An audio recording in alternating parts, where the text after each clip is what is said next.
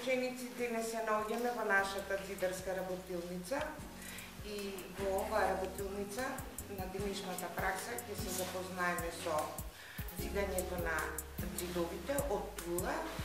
Ние пред неколку пракси се запознавме со зидањето на преградни ѕидови со гипскартонски плочи, кои што рековме дека имаат најголема примена во градежништвото, меѓутоа се уште може да се сретнат и се применуваат и преградните ѕидови од тула, бидејќи денеска за преградните ѕидови од тула ќе зборуваме, и правилата како се изведуваат ѕидовите од тула. Што е важно да го знаеме за да направиме правилно да иззидаме ѕид. Значи не е, мислам, импровизација која се ѕида, постојат правила како правилно за да ни биде ѕидот стабилен, да не ни падне. Значи мораме секогаш да ги применуваме правилата за да може ѕидот да ни биде стабилен. Овие работи ги изведуваат квалификувани ѕидари, така да и вие како техничари ќе мора да ги знаете правилата за зидање и сега практично ќе видиме како се зида еден ЗИД. Но пред да почнеме да го зидаме ЗИДот, ние сите знаеме дека во градежни материјали сме учеле дека за зидање на ЗИД од тула постојат класична, обична тула, полна и шуплива, постојат и шупливи блокови.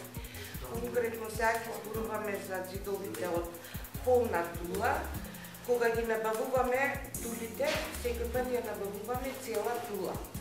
Меѓутоа, за да може ЗИДот правилно, што рековме да го направиме, ѕидарот со себе користи ѕидарски чекан, значи при самото ЗИдање го применува ЗИдарскиот чекан и ја крши полната тула според правилата, значи за да го направи ЗИДот.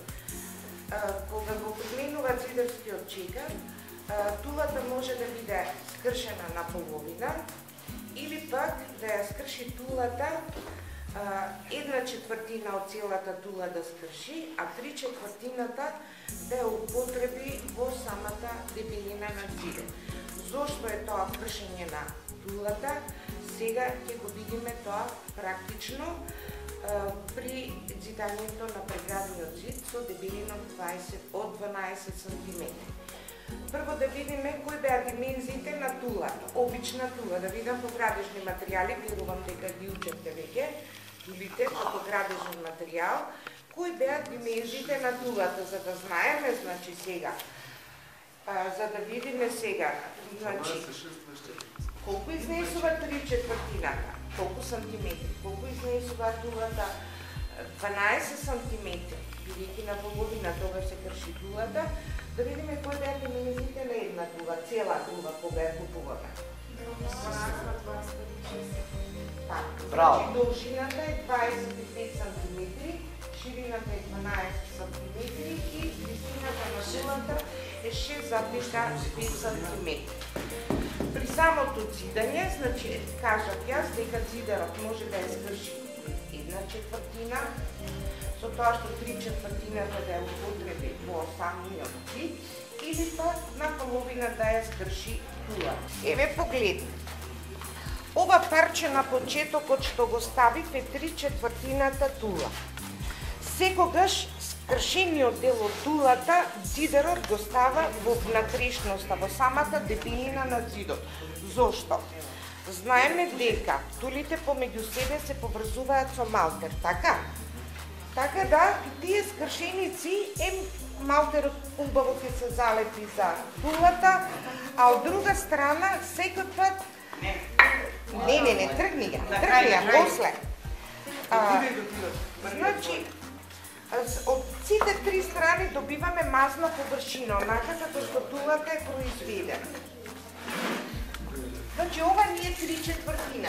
Ова е ширината на тулата 12 см, оваа должина ни е 18,5 см. Веднаш до неа продолжуваме со цела тула. Меѓутоа, од една до друга тула ставаме малтер. Малтерот, зидарот, која зидар, кој има такво стекнато искуство на објект, од овој. Иначе, по правило, малтерот треба да изнесува со дебелина од 1 сантиметр. Со мистријата ќе земе од коритото, значи и ќе стави тула, односно малтер помеѓу тулите. Ја става целата тула, гледате, ова е должината 25 см, ширината 12 см. Ова е висината, си останува непроменета. И понатаму, значи пак, 1 см малтер до на третата тула, што треба да ја постави. Продолжува со цела тула. Ако треба да заврши таму на крај, пример, должината, од проектот ја чита колку треба да изнесува должината на зидот. На крајот, пак зидот го завршува со 3/4 тула. Дајте ми уште една 3/4 тула. Завршен. Така, значи, го завршуваме скршеното парче од напред.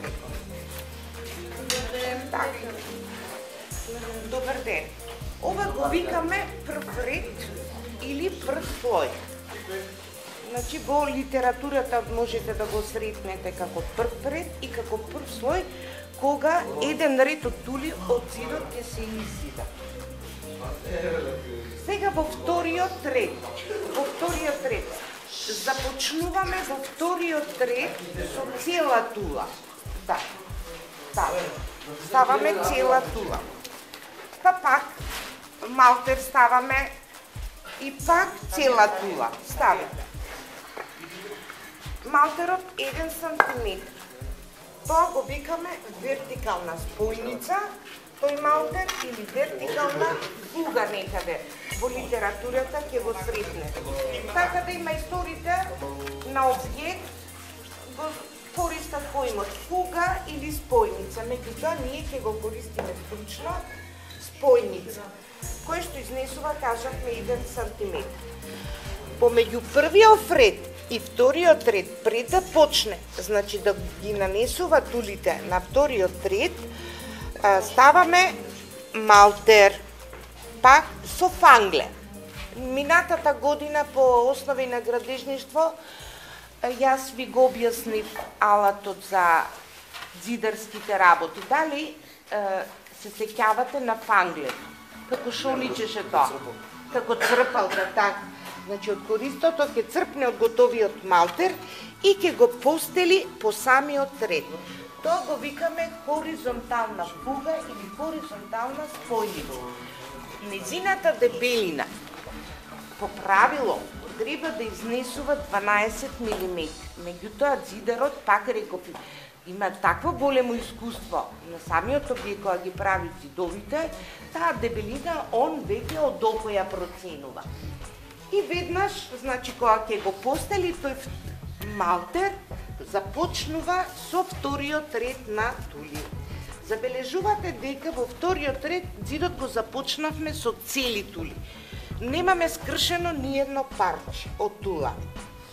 Зошто се прави овоа вака? Дали некој знае? Зошто? По вертикала, што треба? Што мислите? Зошто започна со цела тула, а не пак со 3/4 не го започна? Дајте ми една 3/4. Еве, не извадиме ова. За да бидат различни. Стави 3/4. Ништо нема да се сврзе. Така. Што забележуват ученици, ако пак и во вториот ред ставиме 3/4? Фугата ќе биде за две тули од првиот ред. Вертикалната спојница. Ќе биде. Да, ќе си продолжи нагоре да оди. И што ќе ни се случи после неколку реда? Така. Ако зидаме неколку слоја повеќе, значи тука зидот и може да ни паде. Значи ние не сме направиле стабилна врска. Рековме, постојат правила за да врската ни биде стабилна. В тој случај, значи, и да ставаме целата тула. Што добиваме сега? Различно. Погледнете што се случува со вертикалните спојници. Се поврзуваат. На првиот ред спојницата ни е после 3/4, а во вториот ред после целата тула. Колку ни изнесува, што мислите сега преклопот на вертикално? 1/4 тула. Значи, гледате дека веќе ние правилно и точно почнавме да го видаме преградниот зид. Во третиот ред, што мислите сега? Со каква ќе почнеме тула? 3/4. Пак со 3/4. Значи веќе редовите нагоре ќе ни се повторуваат. Ние за да направиме стабилен зид, ние треба да знаеме да го решиме правилно првиот ред и вториот ред. Бидејќи во праксата ќе се сретнеме со најразлични случаеви на зидови. Решението ние треба да го најдеме. Значи, ние треба како техничари да го најдеме. Мајсторот од нас ќе бара помош ако не може да го реши проблемот. Значи, ние што треба да го направиме? Секој пат треба да го најдеме решението за првиот и вториот ред, за да зидот ни остане стабилен. Значи, еве гледате, сега веќе можеме да одиме нагоре да видиме колку што ни изнесува висината на зидот. Меѓутоа, кај преградните зидови, знаете дека една спратна висина изнесува од 20-40 см па нагоре. Еден преграден зид со висина од 2,40 да земеме спратната висина. Не ќе може стабилен да ни остане пак. Ако